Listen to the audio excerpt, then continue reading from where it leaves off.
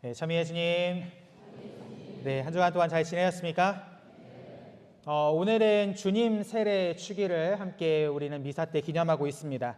바로 하느님이신 예수님께서 인간이 되신 것도 모자라서 이제는 세례자 요한에게 세례까지 받으신 것을 기념하는 날입니다.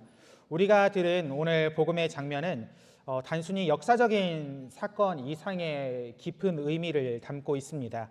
이 말씀을 통해서 이 하느님께서 우리를 얼마나 사랑하시고 또 우리를 위해 어떤 모습을 선택하셨는지를 깊이 묵상할 수 있게 해줍니다.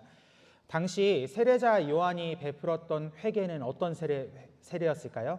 바로 회개 세례였죠. 이는 죄인들이 이전에 살던 방식을 모두 버리고 다시 하느님을 향해 하느님을 선택해 살아가는 삶을 살겠다라는 결심과 또 하느님의 이러한 그들에 대한 하느님의 용서를 표시하는 세례가 바로 세례자 요한의 세례였습니다. 그런데 여기서 우리는 하나의 의문을 품을 수가 있습니다. 죄인들이 받았던 세례라면 과연 죄가 없으신 예수님께서는 왜 이 세례를 받으신 것일까? 이것이 궁금할 수밖에 없고 의문이 될 수밖에 없을 것 같습니다. 그런데 이에 대한 답은 하느님께서 사람이 되신 예수 그리스도의 이 강생의 신비와 깊이 연결되어 있습니다.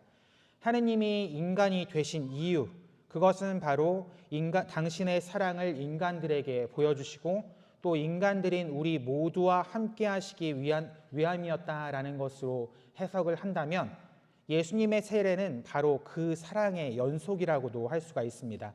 예수님의 세례는 바로 죄인인 우리와 함께 하시겠다는 바로 연대의 표지이기도 합니다.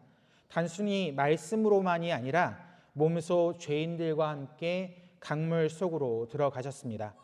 이는 바로 하느님께서 우리의 삶 안에 직접 들어오셔서 우리와 함께 하신다라는 것을 의미하는 부분이기도 합니다.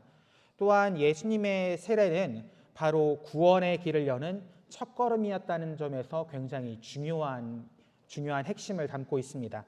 하느님은 우리의 고통과 죄를 외면하지 않으시고 그 모든 무게를 함께 지고 가시기로 하셨습니다.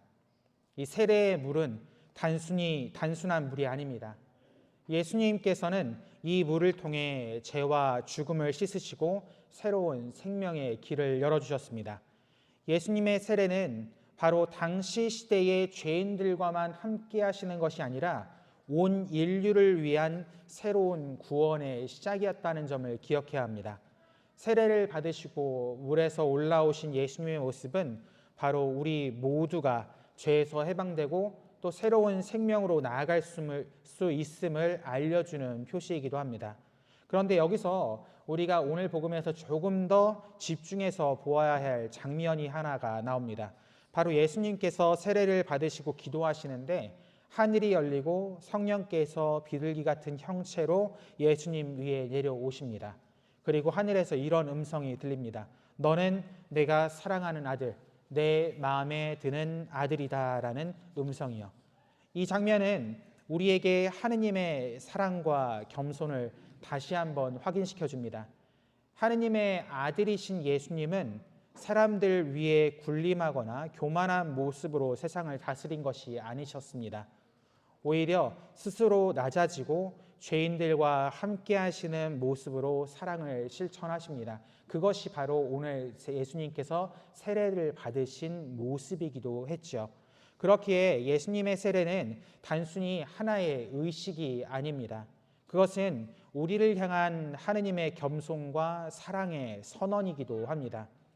예수님의 세례를 통해서 하느님의 사랑이 무엇인지를 몸소 보여주셨습니다. 하느님의 사랑은 사람을 억지로 변화시키는 것이 아니라 함께 걷고 함께 아파하며 함께 나아가는 방식으로 사람을 변화시키는 사랑입니다. 예수님은 우리와 같은 자리에서 시작하십니다. 그리고 그 방식을 통해서 우리를 구원으로 이끄시기 위해 먼저 당신 자신이 변화의 첫걸음을 내디디셨습니다. 이러한 방식으로 하느님은 세상을 변화시키시고 구원하십니다. 이제 우리는 예수님의 세례의 의미를 우리 삶 속에서 어떻게 실천할 수 있을 것인지를 스스로에게 물어야 합니다. 우리도 세례성사를 통해 하느님의 자녀가 되었습니다. 그렇다면 하느님의 자녀로서 우리는 어떤 모습으로 살아가고 있는지 되돌아보았으면 좋겠습니다. 예수님의 모습을 본받아 높아지고 또 더 채우려는 삶이 아니라 낮아지고 비우는 삶을 살아야 합니다. 하느님께서 우리와 연대하신 것처럼 우리도 우리의 이웃과 연대해야 합니다. 그것은 가난하고 소외된 이웃을 찾아가고 또 그들과 함께하며 또 그들의 아픔을 나누는 삶을 의미하겠죠. 또한 우리의 삶 속에서 하느님의 사랑과 용서를 드러내야 합니다. 오늘 주님 세례 축일을 맞아 우리 모두가 다시 한번 우리 스스로의 세례를 되돌아보았으면 좋겠습니다. 세례를 통해 하느님의 자녀가 되었고 또 예수 그리스도의 형제 자매가 된 우리 모두입니다.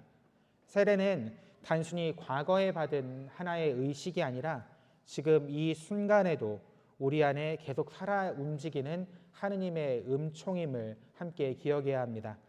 하느님께서 우리와 함께 하시기 위해 스스로 낮아지셨듯이 우리도 우리의 삶 속에서 스스로 낮추는 겸손과 사랑을 실천하면서 하느님의 뜻을 이루는 삶을 살아갔으면 좋겠습니다. 오늘 이 복음의 메시지가 우리 삶 속에서 실현되기를 기도하면서 오늘 미사 정성껏 봉헌했으면 좋겠습니다.